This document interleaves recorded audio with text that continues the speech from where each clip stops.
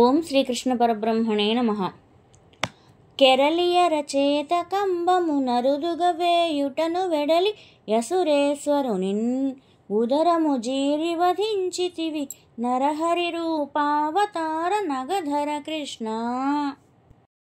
కొండను ధరించిన వాడవైన ఓ కృష్ణ, రాక్షసరాజైన హిరణ్యకశిపుడు ప్రహ్లాదునితో ఈ స్తంభంలో విష్ణువును చూపుతావా అంటూ కోపంతో స్తంభాన్ని చర్చగా, నీవు నరసింహావతారం ధరించి ఆ స్తంభంలోంచి బయటికి వచ్చి హిరణ్యకశిపుని పొట్ట చీల్చి చంపావు.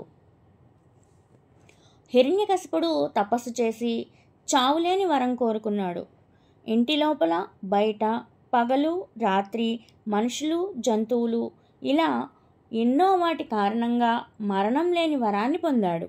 అందువల్ల విష్ణువు పగలు రాత్రి కానీ మధ్యాహ్న సమయంలో ఇంటి లోపల బయట కానీ గడప మీద మనిషి జంతువు కానీ నరసింహావతారంలో స్తంభంలోంచి బయటకు వచ్చి తన వాడి అయిన గోళ్లతో హిరణ్యకశిపుణ్ణి వధించాడు.